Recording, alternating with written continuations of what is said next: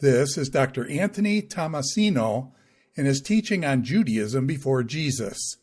This is session number 6, The Jews Under Greek Rule.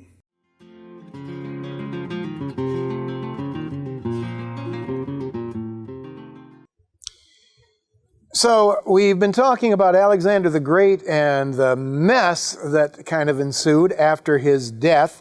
Well, just to recap a little bit about that, what we see happen here is a series of clashes that have come to be known as the Wars of the Diadochi, occurred from 321 really to 301 BC, though 301 really isn't the end of the conflict, but it simmered down a bit at that point. So by the end of by 301 BC, we got three main powers in the east, and these powers are Lysimachus, who has managed to expand from Macedon into Asia Minor.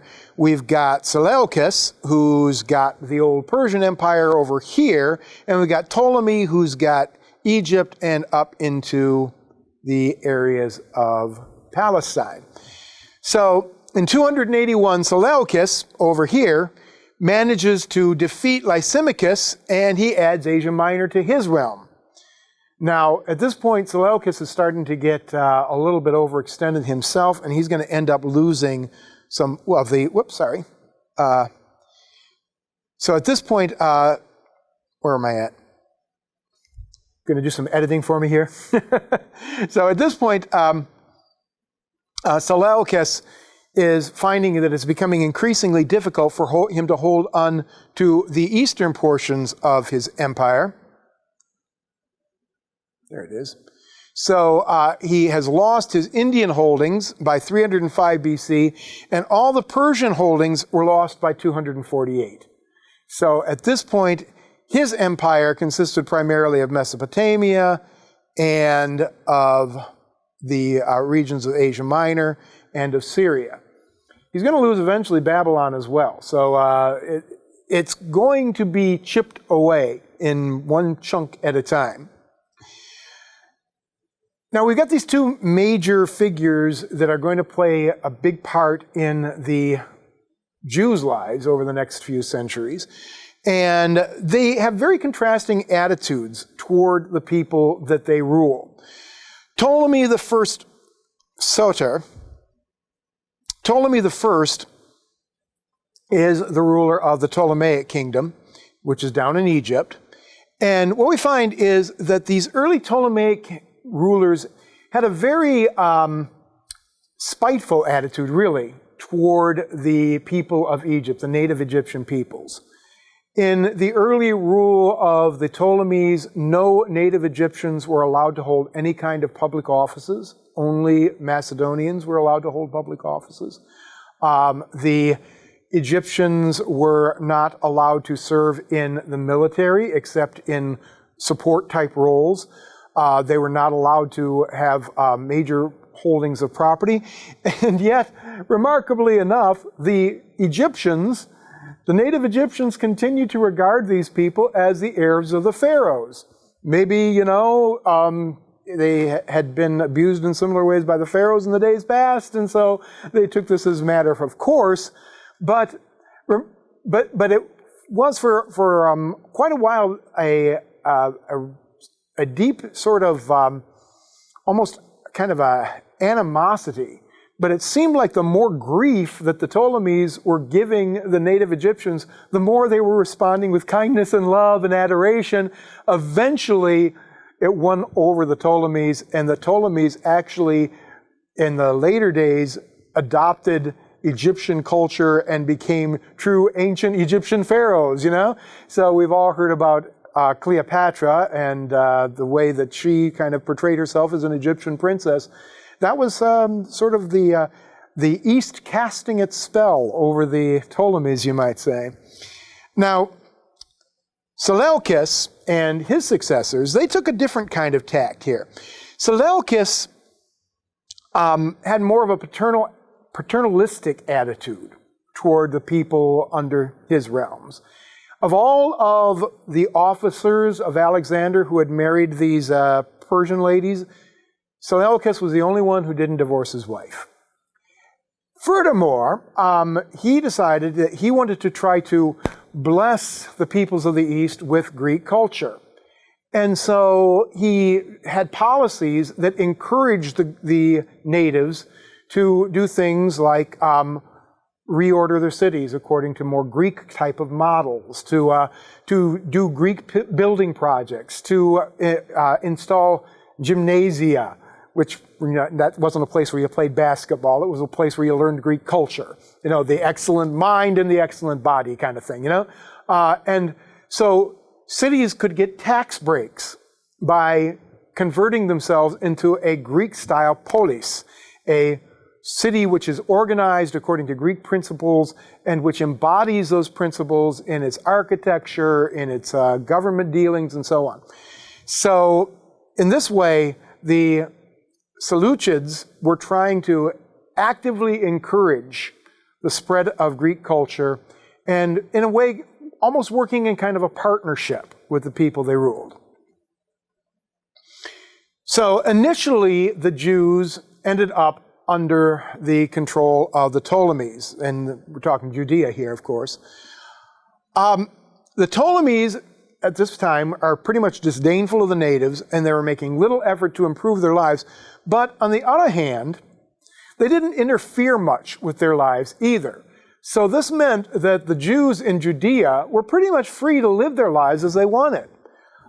They had to pay taxes, of course, and the taxes were pretty doggone high because the Ptolemies were pretty doggone greedy. But for the most part, they could order their lives according to the way they wanted. Their high priest apparently was pretty much running things in Judea.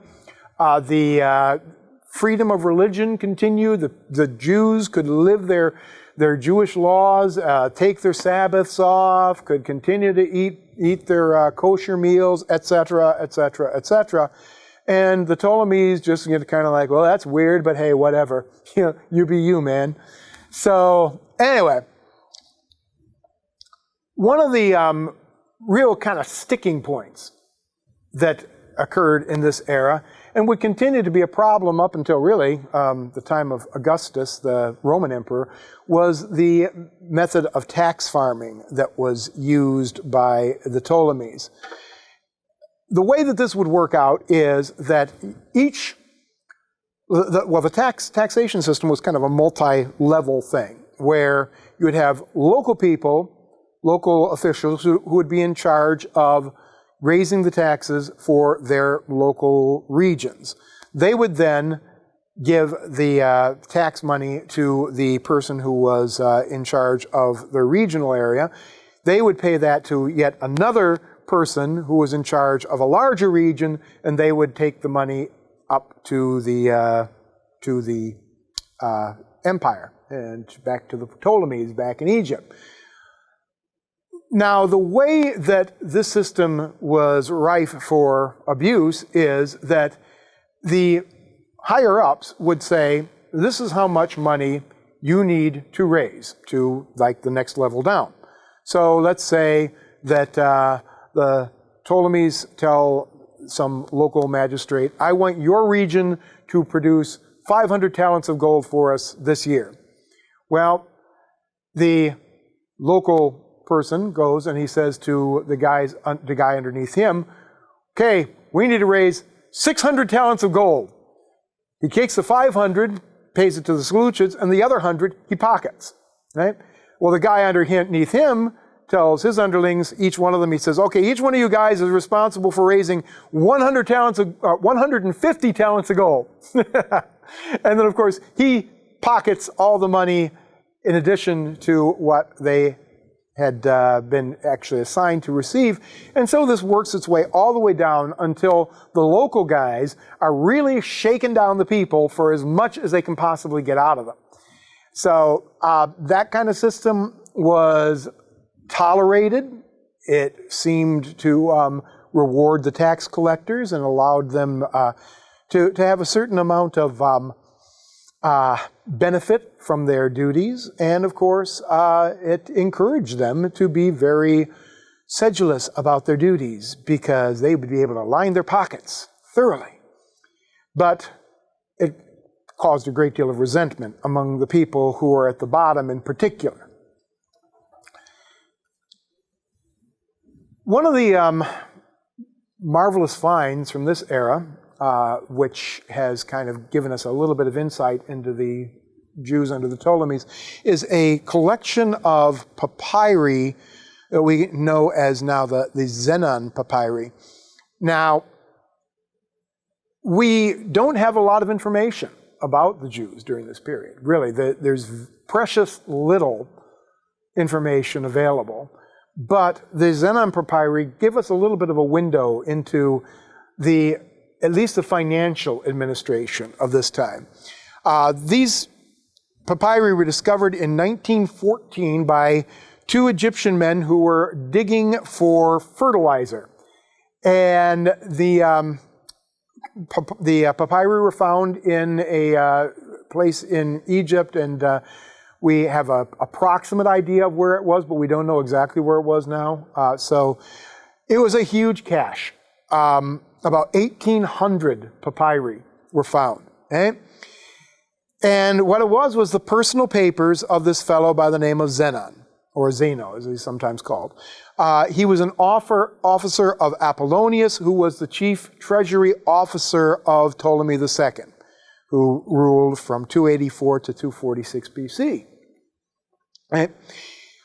These texts record his travels, his business dealings, fairly early in his career, and some of the earlier texts talk about his travels in Palestine and his work there. Later on, he worked primarily in Egypt. But we have some personal letters. We have one of the texts that has gotten a lot of attention is a bill of sales for a slave girl. There's also a paper where he was investigating the trafficking of a couple of young women for sex trafficking and a few other things of this sort. So in some ways, kind of some interesting stuff, but for the most part, compared to, say, the Dead Sea Scrolls, really boring. You know, I mean, these are financial records for the most part. Eh? But one of the things that strikes us here as very interesting is that one of the people in Palestine that this guy was having to deal with a lot was a fellow by the name of Tobias. And this is a name that is familiar to us from the book of Nehemiah, because this Tobias, who's called the Ammonite slave in the book of Nehemiah, and that wasn't meaning in any kind of way that he was literally a slave. It was an insult. He was actually quite a high official, apparently. This Tobiah opposed the building of the wall of Jerusalem, and Nehemiah had nothing good to say about him. Well, we find this guy's name popping up, or one of his descendants, I should say, popping up here again in these texts. And again, see, he is still Ammonite. And the Tobias family apparently has a dynasty which has grown very, very wealthy by this time, and are going to continue to play a part in the politics of this area. Here's some pictures of some of these papyri, and you can see some of them are really remarkably well preserved. But as I say, they are not particularly interesting. They don't tell us a lot about, say, like the religious development of the area or anything of that sort. They do tell us things about, what grain was selling for. They tell us things like what slaves were selling for, what wages were being charged, what the revenue was of the Egyptian empire at this time. All this kind of stuff is very interesting for people who are trying to develop histories of the empire at that period, but not a whole lot, really, about the Jews in these texts. So local government, as I already mentioned, was apparently under the control of the high priest. I will say this has been challenged lately by some scholars, but I'm still convinced that the high priest pretty much acted most of the time as a governor. Occasionally, somebody else would be assigned as governor, but for the most part, it was the high priest. And he was responsible for collecting the tribute. And again, for the Ptolemies, as long as the taxes were paid, that was fine. That was really all they cared about. And so the high priest was able to do what he wanted. Now, this arrangement worked pretty well until the days of Onias II, who is actually a fairly famous high priest. He is praised in some other texts of the period. But Onias II rebelled against the Ptolemies, and he withheld his taxes. Part of the reason for this is because the rumors were spreading that the Seleucids were going to be taking over, and so the Ptolemies were kind of backing off a little bit at this point and were reinforcing themselves. Onias sensed the weakness of the Ptolemies, and so he decided to withhold the tribute as a way of saying, hey, I'm for you Seleucid guys. Well, the expected change of leadership did not happen, not yet, at this time. And remarkably, the Ptolemies did not execute Onias II. Rather, they punished him by simply gutting him of his priestly civil authority. He still continued as high priest, still continued with all his religious duties, but now the financial affairs of the country were placed under the hands of the Tobiad family. Those people that we read about in the Zenon Papyri, and very likely the same family that we read about in the book of Nehemiah.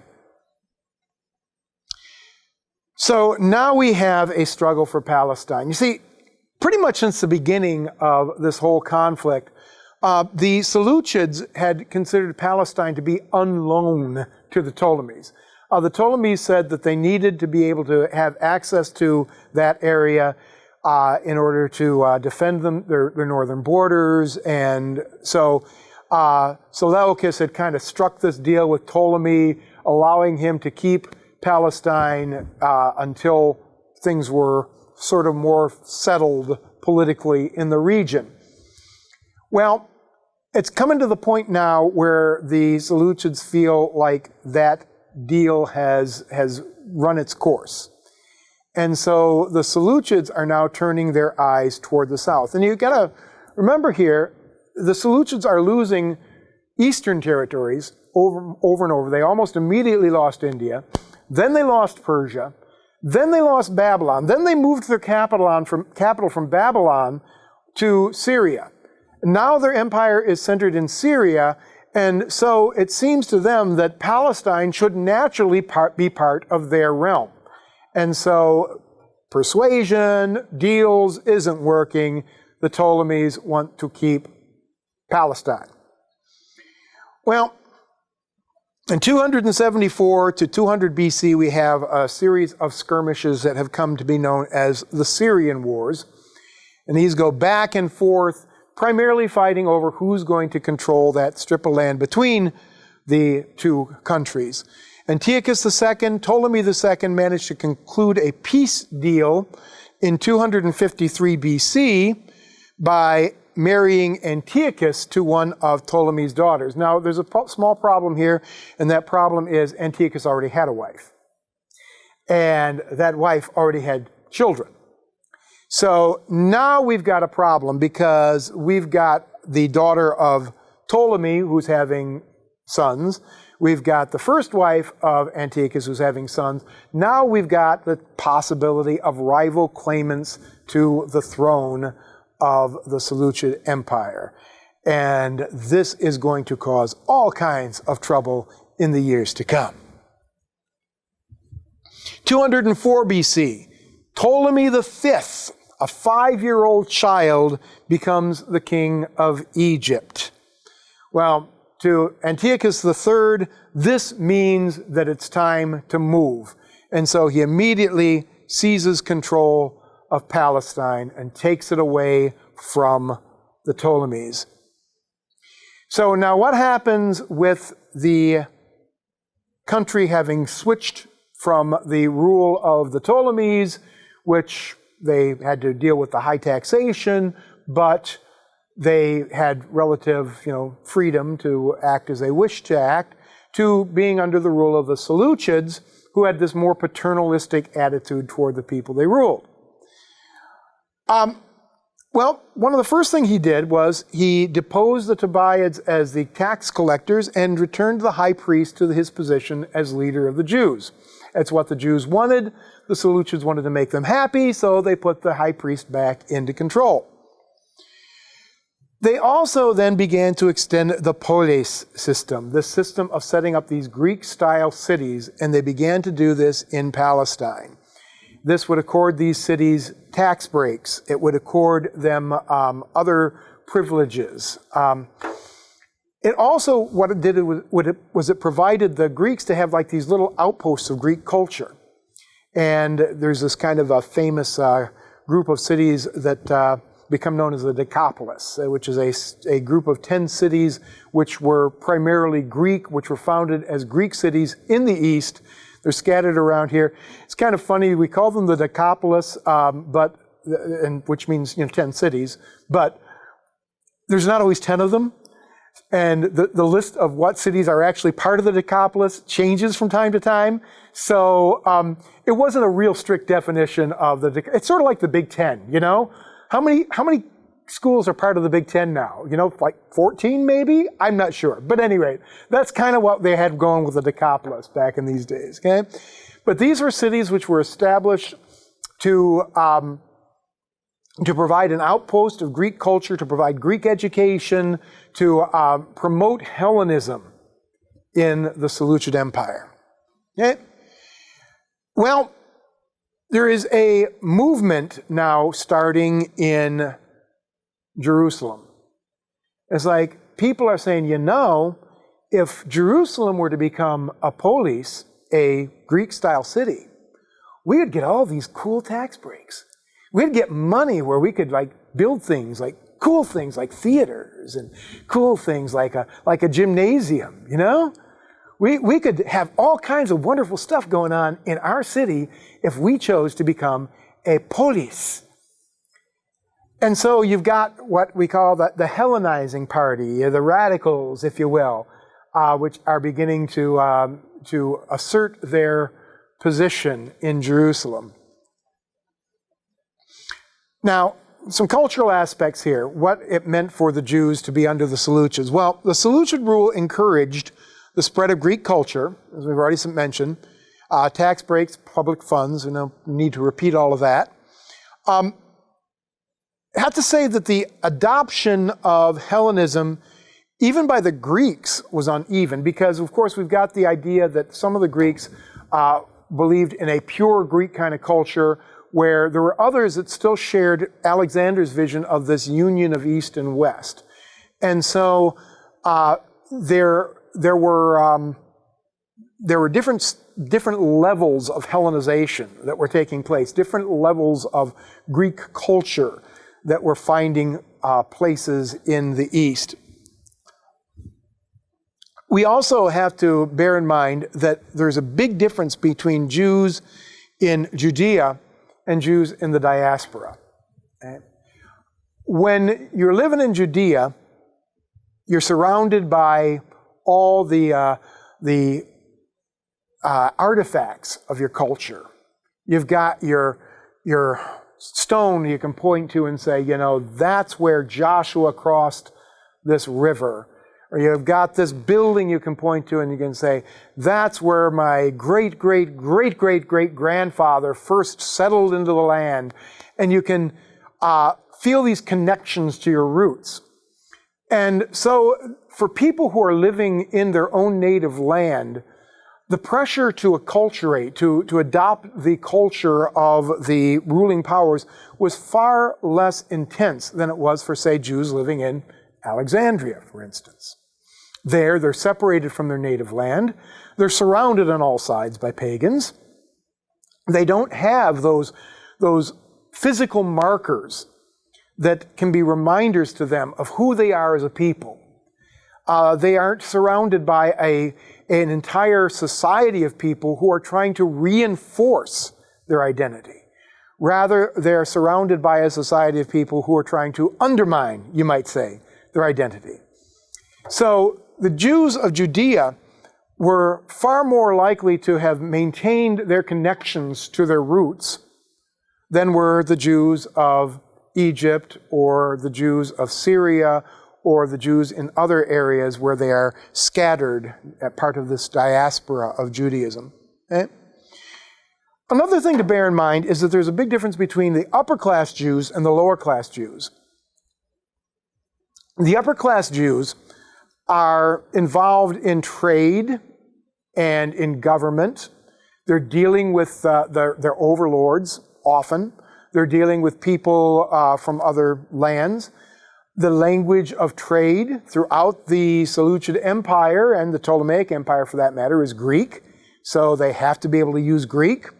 They have to be able to be conversant with the culture of the people with whom they're dealing. And so the upper classes had more of a tendency to assimilate toward the Greek culture as well.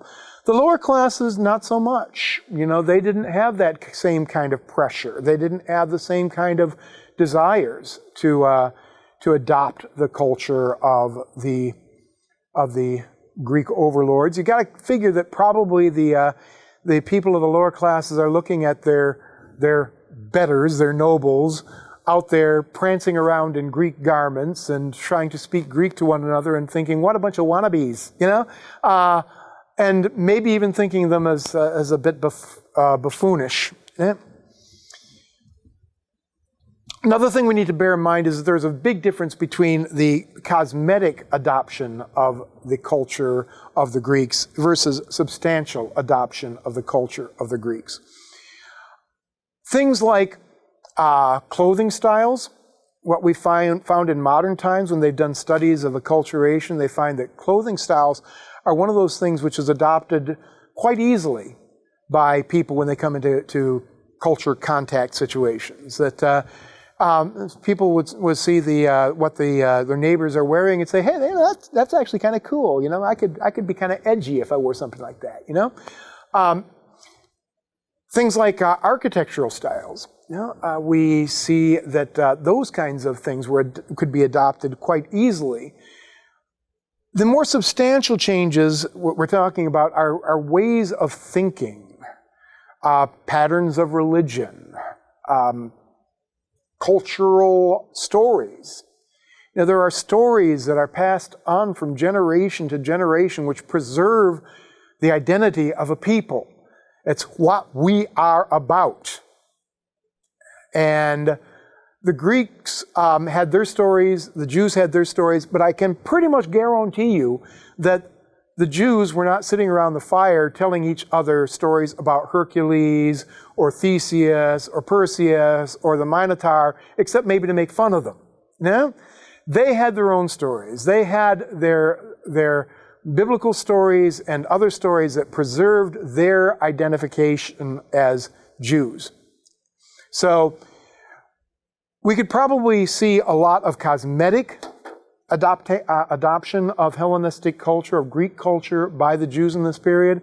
And there have been a number of books that have been written on that topic which have said, look, the Jews were becoming Greeks. No, they were not becoming Greeks. It's all cosmetics. And unfortunately, to some extent, this is the kind of thing that lasts in the archaeological record. So you can see from archaeology that the style of buildings has changed. You can see from archaeology the style of clothing has changed somewhat. And you can see that there are more inscriptions being written in Greek rather than being written in Hebrew and Aramaic. And so from these things, people have concluded in the past that Hellenization, the adoption of Hellenistic culture by the Jews, was very thoroughgoing in this period. But again, that's all cosmetics changes. It's window dressing. The Jewish soul seemed to have remained Jewish, and with very few exceptions, the Jews continued to persist in their Jewish culture. Even a fellow like Philo of Alexandria, who was so very conversant with Greek philosophy and who was building his system of thought on people like Plato, he refused to eat pork. And his explanation, interestingly enough, for why he wouldn't eat pork is because he says, I don't know, I've never really actually tasted it, but what I have been told is that it is the most delectable of all meats. Therefore, it seems to me that partaking of that kind of food would be some kind of an overindulgence, and we Jews are not those kind of people to overindulge in things. So the reason why Jews didn't eat pork, according to Philo, was it tastes too good, But anyway, you can see here that even so apparently Hellenized a man as Philo had bridges he wouldn't cross, and there were at his heart, at his core, he remained a Jew rather than a Greek. Now, let's talk about Greek language here a little bit. As I've mentioned already, the use of Greek language was encouraged by the Seleucids. Greek was the lingua franca of the empire, and if you're going to do business with the government, you had to be able to speak Greek, or if not speak it, have somebody close by who would. Okay? Most Jews in Judea, on the other hand, actually knew little Greek. And this is quite evident in a lot of the documents that have been left behind. I've already mentioned how Josephus, even though he was a wealthy, upper-class Jew, couldn't write Greek. He had to have a translator when he wrote his first works to do the work for him. Later on, he could do so. But Josephus makes an interesting observation. He says, among my people, the mastering of many languages is not considered to be a sign of refinement. He said, because even the most lowly slave can master several different languages. Therefore, he says, we rather view those people with respect who have mastered our laws and our traditions. Yeah? So even Josephus would not regard knowing Greek to be that really virtuous a thing. He picked it up eventually because he had to. In the diaspora, of course, we know Greek was widespread, even among the Jews for the most part. Josephus was a Judean Jew and didn't speak Greek. Philo of Alexandria was a diaspora Jew living in Alexandria, and he was fluent in Greek. Of course, we know that many of the New Testament letters are written in Greek, and some of them were probably translated into Greek by people who were more skilled with the language than the people who originally wrote them, the apostles. But throughout the diaspora, if you wanted to communicate with people, you had to have Greek, or at least a translator. So Greek in Judea, definitely restricted. People doing business with the government of those days adopted a Greek name, which was interesting because almost all the major figures, and even those figures who were leaders in Jewish government, even in Judea, were known both by a Hebrew name and a Greek name. The Greek name was their public name, their business name. The Jewish name, the Hebrew name, was the one they used at home. There were changes in physical culture at this time. And this is, I talked about earlier, these are the cosmetic changes. These are the things that are the easiest to change. Okay? Urban planning, city style, changed dramatically in this period. Now, we know in the Old Testament that whenever the elders would get together, or whenever you're going to have judgment, or whenever you are just kind of hanging out to shoot the breeze, the place you gathered was the city gate. And archaeologically, the gate was usually kind of like a massive affair. Sometimes they were built in ways that you could store goods in there. Sometimes you could put troops in there. But when we read in, say, the book of Proverbs about the men gathering together, where do they gather? They gather in the city gate. Okay? When judgment was being conducted, when we hear the business of the city was being done, again, typically in the city gate. That changed in these days. A city square replaced the city gate as the primary place where business was conducted and where people would gather to talk. From excavations in this period, we can see that the gates were no longer the affairs. I mean, they still had city walls, of course, but the gates were not the kind of affairs that they had been before. And the square, which was, again, a Greek kind of style of city, became much more prominent in the architecture in the eastern cities in this time. Theaters begin to pop up in cities around the realm of Palestine. And these were kind of an interesting development as well. The Jews, for the most part, the more conservative Jews, didn't trust theaters. There was just something about them that bothered them. Well, probably because of the fact that they were so deeply associated with Greek society and Greek culture.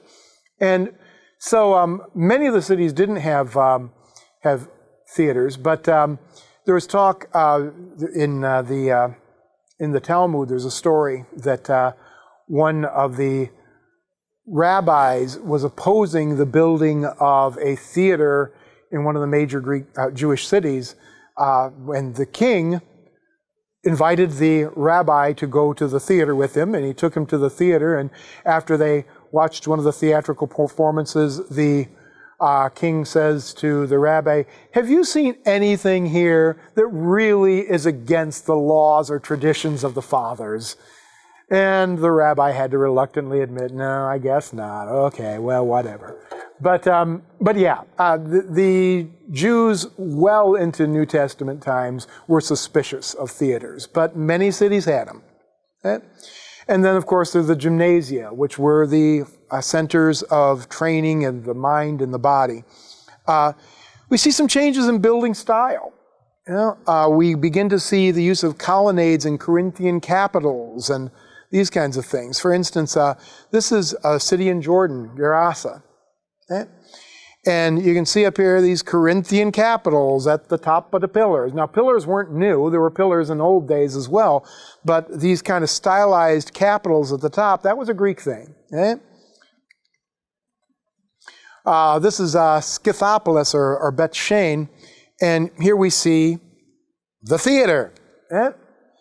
And those seats look incredibly uncomfortable. You know? People complain about the pews in church. But those look really, really hard to me. I guess they probably brought their own pillows, right? And here again, we see these rows of columns. This was a Greek thing as well. And at the top of each of these columns, you can see the capitals. So some definite changes in architecture coming from contact between the peoples of the East and the peoples of Greece. Clothing styles. Now, this is kind of different here. Traditionally, these are some picture artist renditions for the most part.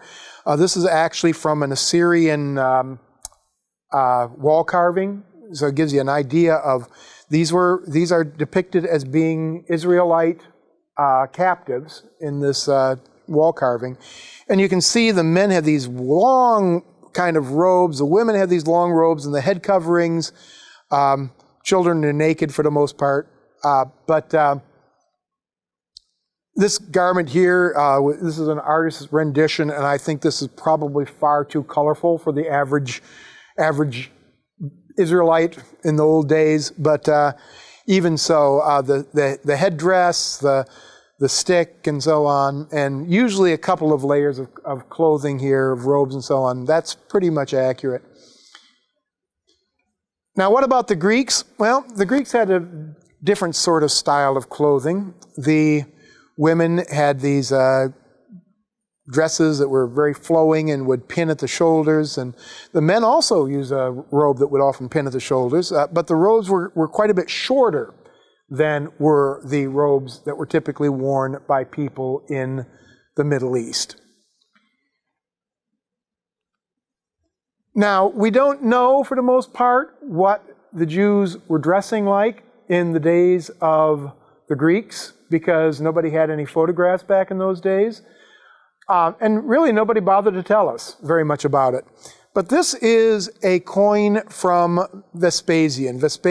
Vespasian was the general who conquered Jerusalem in 70 AD and burned the temple and all that good stuff, and went on to become emperor. He minted a coin to celebrate his victory over Judea.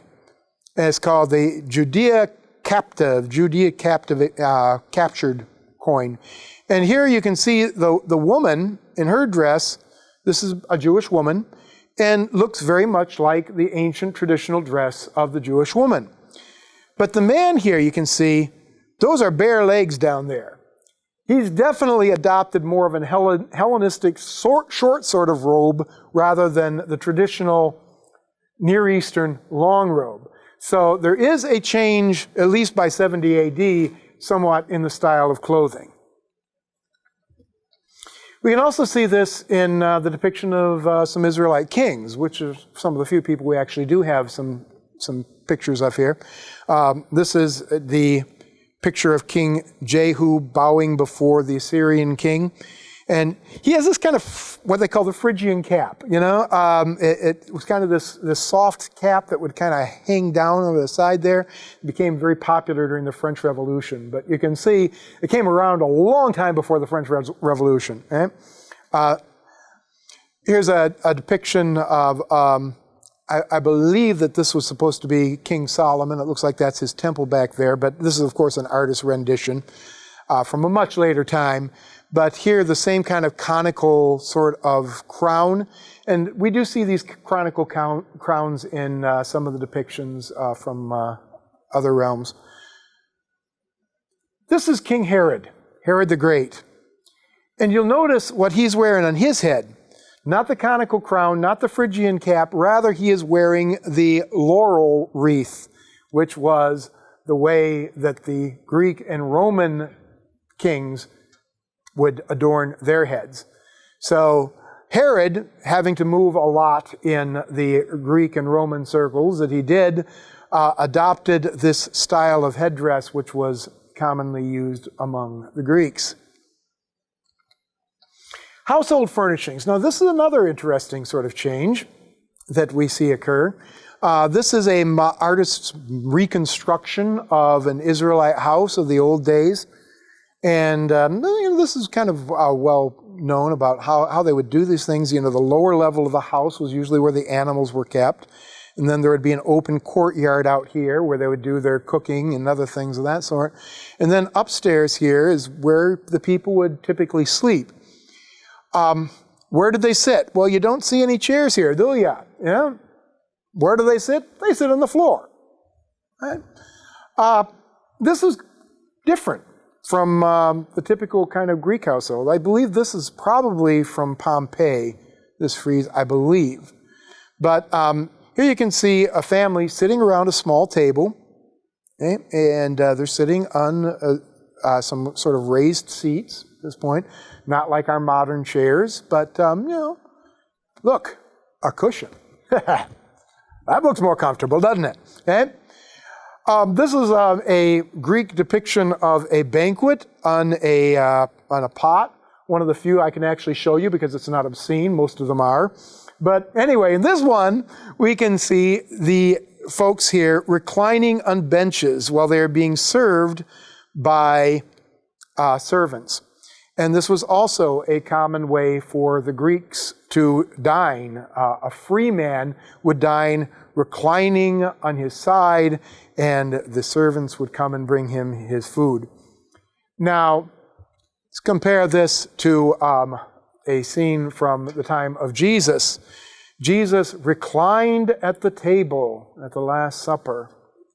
And so we see that old traditional style of just sitting on the floor with your legs crossed beneath you, has been kind of displaced by a more Greek style of sitting on the benches or reclining on the benches while you dine. Again, cosmetic. You know, nothing really substantial here. It's not like they're sitting at the benches reading Homer to each other, you know, dining on bacon or whatever. Well, let's talk about family structure a bit here too, because this is a little bit more substantial. What do we know about the Greek influences on the marriage customs of the East? I've mentioned a couple of times about the fact that, for the most part, the Greeks liked their families small. Furthermore, the Greeks typically only wedded one wife. Okay? They had lots of mistresses, lots of lovers, sometimes lovers of both sexes, depending upon what kind of social status you had. But as far as the family itself goes, a Greek family, one child, maybe two, particularly if it's a son. If your first child is a son, you probably don't have a second child. And the ways that they dealt with that was typically by, of course, infanticide. Because, well, birth control wasn't all that effective back in those days. But the status of women in Greece is kind of remarkable. One of the questions I would often ask my students is, tell me, do you think the status of women was higher in Old Testament times or in New Testament times? And invariably my students would say, oh, New Testament, of course, because we got Jesus talking to women and women following him around with his ministries and so on. I say, not a chance. Not a chance. Because look at the Proverbs 31 woman and some of the things she's doing. She's out there considering fields and buying them. Greek women couldn't do that.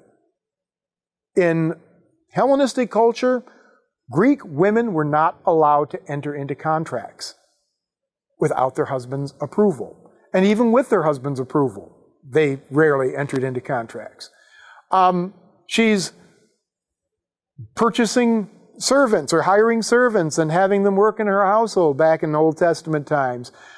She is kind of honored by her children. A lot of things that Greek women would have loved to have had happen in their household.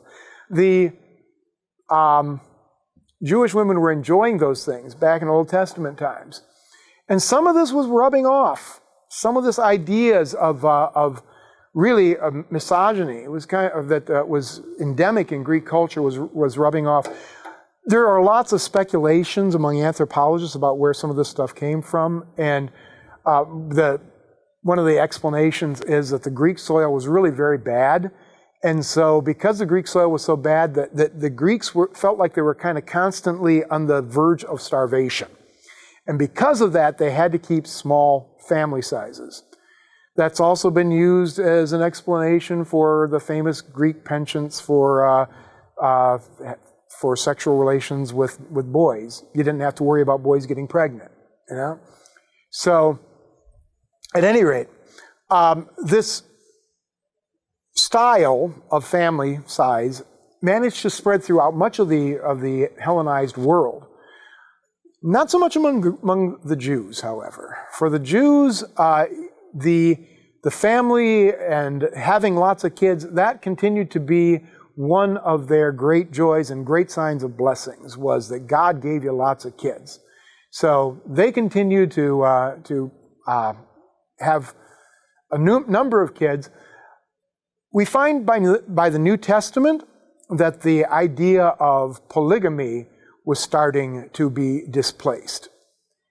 Now, one of Paul's requirements for elders is that they had to be the husband of one wife.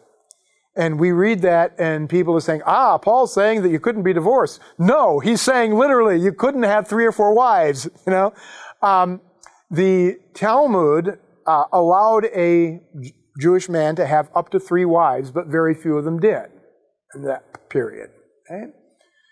So the style of the smaller family, not so much catching on, but the style of monogamy and a single wife, that was kind of catching on. Now, very likely, a single wife was always the norm in Israel, even back in the old days. Obviously, you had kings and other people who had multiple wives.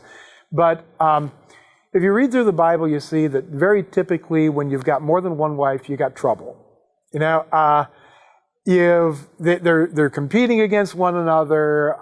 They're plotting against each other, and typically somebody ends up hurt in the relationship.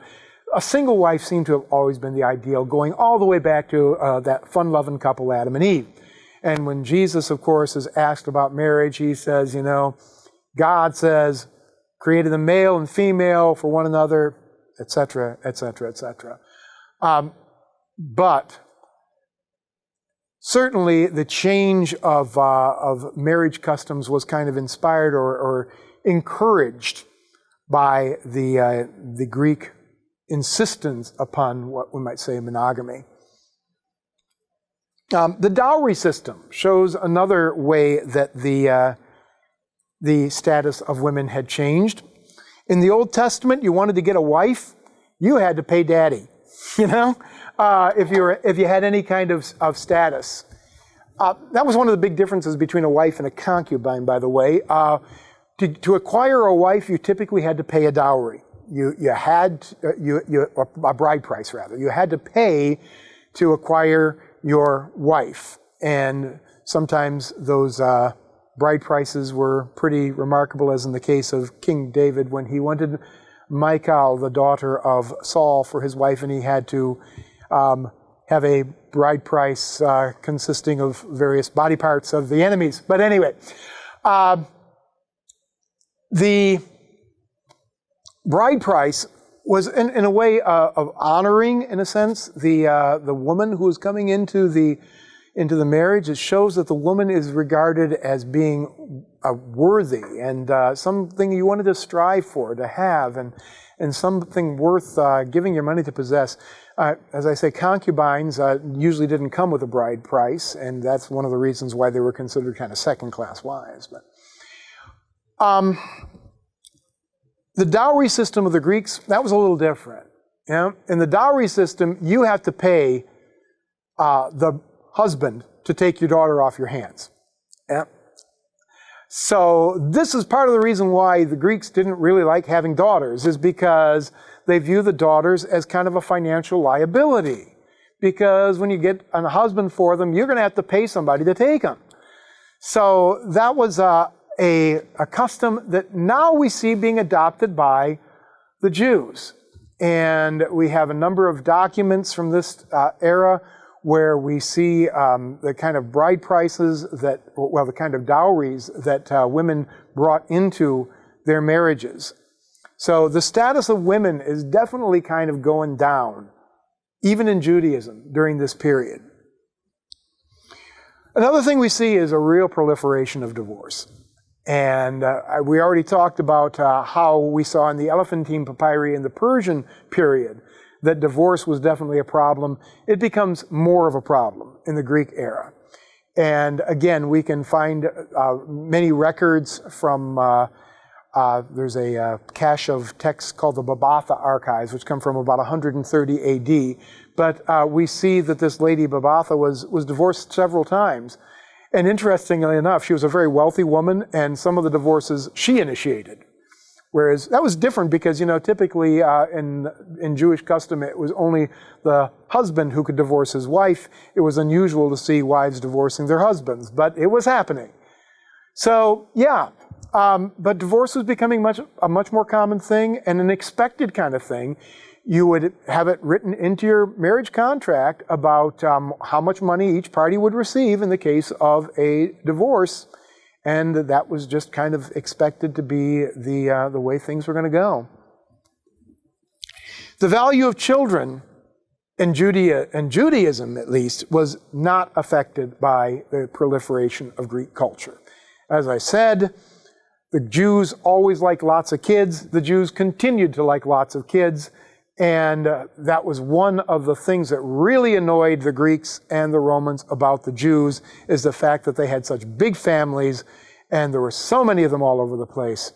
And just the sheer numbers of Jews made them a bit of a force, really, in the empires of the Greeks and then later in the Roman Empire. How about religion and philosophy? Now here we're getting into some again, kind of interesting sort of waters, because we do see that there is some evidence that there was some adoption of some Greek ideas by some of the Jews, more so certainly in the diaspora. And we've already talked quite a bit about Philo of Alexandria, about this philosopher who basically wanted to reconcile the Bible with Plato, and came up with this wonderful, marvelous, clever system of doing so. But we see the systems of Bible interpretation and so on, which begin to follow some of the Greek styles of literary interpretation as well. So a number of things that we see beginning to happen, particularly among the diaspora Jews, which show that they are reading the Greeks and listening to them and are trying to adjust in some ways to Greek ideas. In Jerusalem, we see this Hellenizing Party is trying to introduce Greek ideas into the city of Jerusalem itself. How successful are they? Well, it goes back and forth. Primarily their motivation here is not because they think, oh, Greek culture is so great, man. It's primarily, hey, think of all the things we can get if we become Greeks, you know? If we start working like Greeks and living like Greeks, we're going to get all the benefits, you know? We're going to get our taxes cut. We're going to get these great buildings going up. So the Hellenizing Party seems to have primarily been driven not by ideological concerns, but rather by greed. So how deep their reforms went, that's kind of hard to say. We know that there were some aspects that we'll talk about a little bit later, but one of the high priests who was of this progressive party broke down, we're told, some of the barriers between the Jews and the Gentiles. And some of these statements are very kind of vague to us. I'm sure that when they were written in the book of Maccabees, that they knew precisely what they were talking about. We, however, reading them now, don't really know what they were talking about. But it appears that that during this Hellenizing phase in Jerusalem, that Gentiles were able to freely merge with the Jewish worshipers, even in the inner courts of the temple. So there's a little bit of stuff going on that later Jews and earlier Jews would have looked at and said, this just ain't right. Again, we have little evidence that there was widespread syncretism in Judea itself. We do have inscriptions, Jewish funerals, stones, for instance, which are inscribed in Greek, and those have been cited by scholars through the ages as evidence that the Jews were becoming more Greek in their understanding. No, what they are evidence of is that the guys who carved the stones, and probably the best stone carvers, were Greek and were fluent in Greek. So I can't see that as real evidence that Greek culture was being adapted to any extent by the Jews of Palestine. How about philosophy? It's kind of interesting. The earliest reference of any Greek to the Jews comes from this fellow by the name of Hecataeus of Abdera. His work hasn't survived. There's just some fragments in some of later works. But Hecataeus of Abdera described the Jews as a race of philosophers. This is the first Greek comment on Jews. And he apparently was a world traveler. He went to Judea. He saw their temple. He saw that there was no idols there. He saw the ways that the Jews comported themselves, their laws and their ethics and so on. And so he concluded that the Jews were a race of philosophers, which is a remarkable kind of way of thinking about that people. There were Jewish philosophers in the diaspora, and Philo of Alexandria is only the most well-known of these. Philo also knew of some other philosophers who went even further than he did. For instance, he knew of Jews who had spiritualized the laws to such extent that they were able to eat pork. But he himself, of course, thought that was going too far. But anyway, so there were people who were living in the diaspora who were basically adopting very Hellenized ways and very Hellenized systems of thinking, really. But among Palestinian Jews, there is really no evidence of any kind of knowledge of Greek philosophy. One of the things that sometimes scholars will point out is that the Mishnah, the Jewish holy book from 3rd century A.D., mentions the writings of Homer. Well, it mentions the writings of Homer, but there's no evidence that they had the slightest ideas what were in the writings of Homer. They knew that Homer existed. They knew that the Greeks loved Homer, but they also knew that, that Jews didn't read Homer for the most part. So if Homer, which was considered like the epitome of Greek culture, every Greek boy grew up reading Homer, you know. If Homer's writings were not even recognized or known by the Jews, we can't imagine that Greek learning had gone very far in Palestinian Judaism. One thing that did get adopted by the Jews was astrology. And this is kind of interesting. Astrology is, of course, a very old practice. It originated in Babylon, and in fact, the Greeks, one of the things that they loved about the Babylonians is they viewed them as being the fathers of astrology. Josephus tried to claim that Abraham was the father of astrology, and he taught it to the Babylonians and the Egyptians and so on. But no, we know it originated in Babylon. Babylonian astrology was different from what we know of as astrology today. You know, today we'll get our newspaper and we'll open it up and we'll say, oh, let's see what's going to happen to the Aquarius today. And you're going to look at your horoscope and see, today you will meet a tall, dark, handsome stranger or whatever. Babylonian astrology was different. Babylonian astrology was primarily about the observation of signs in the skies. Part of the reason is because they believed that many of these astral bodies were gods. And so if something funky happened, like you say, see a star shooting across the sky, then that must be a sign that the gods are up to something. Okay? And so we have texts that talk about the significance of thunder in various realms of the regions of the sky, or of the movements of various planets and so on. So essentially what it was about the observation of omens. Okay? The Bible didn't like astrology very much. You know? Isaiah and Jeremiah both have passages where they mock the astrologers of the Babylonians. They do not regard them as being in any way trustworthy.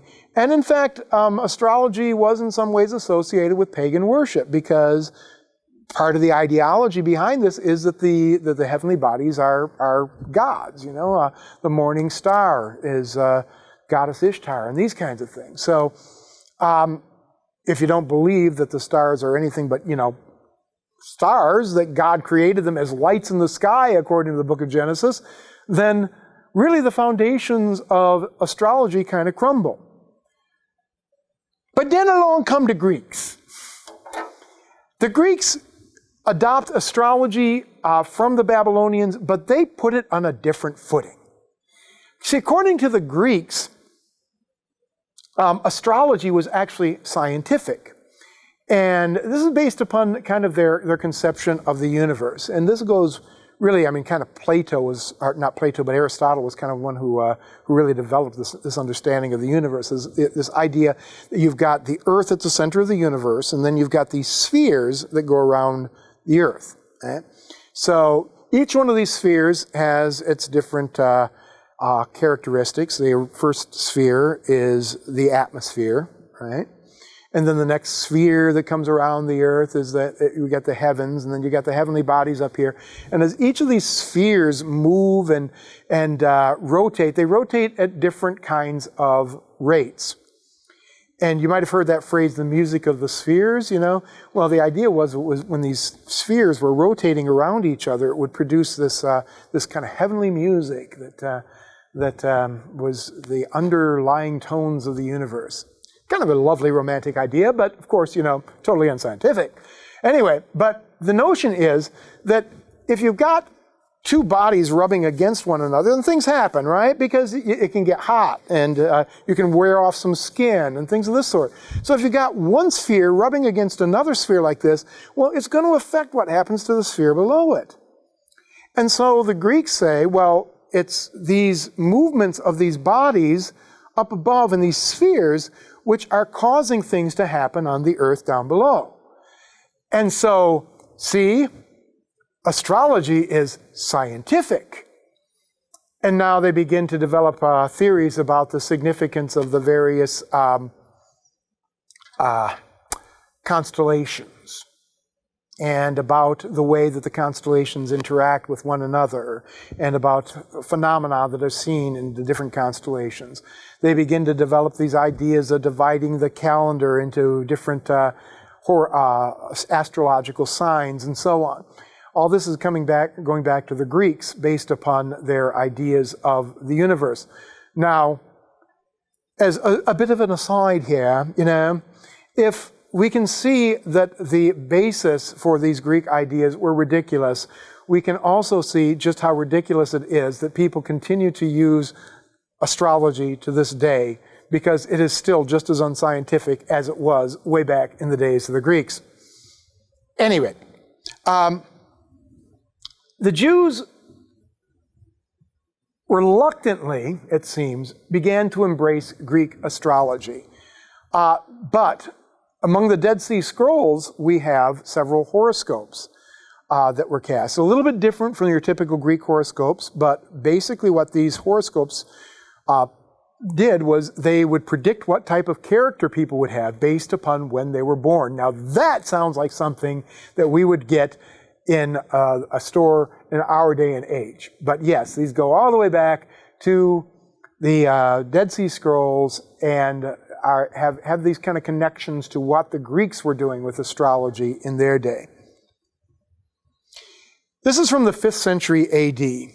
This is the floor of a synagogue which has been preserved, and this is remarkable because these are indeed the signs of the zodiac with their names above them in Hebrew.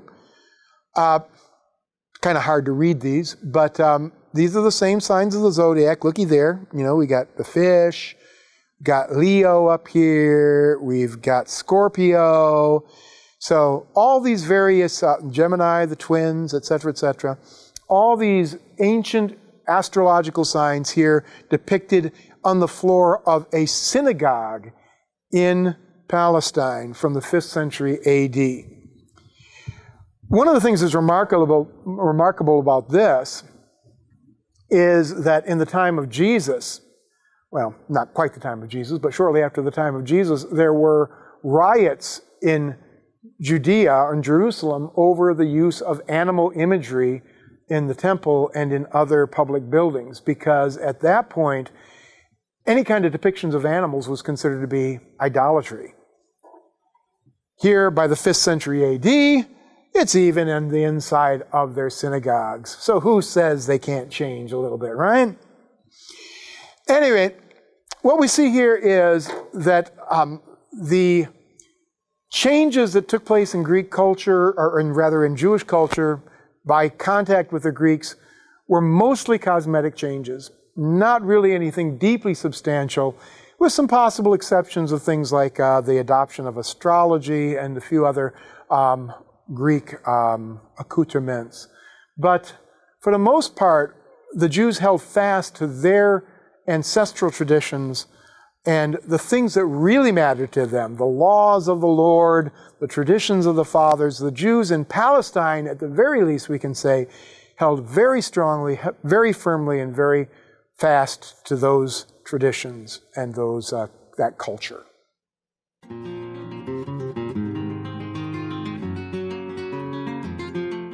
This is Dr. Anthony Tomasino in his teaching on Judaism before Jesus. This is session number 6, The Jews under Greek Rule.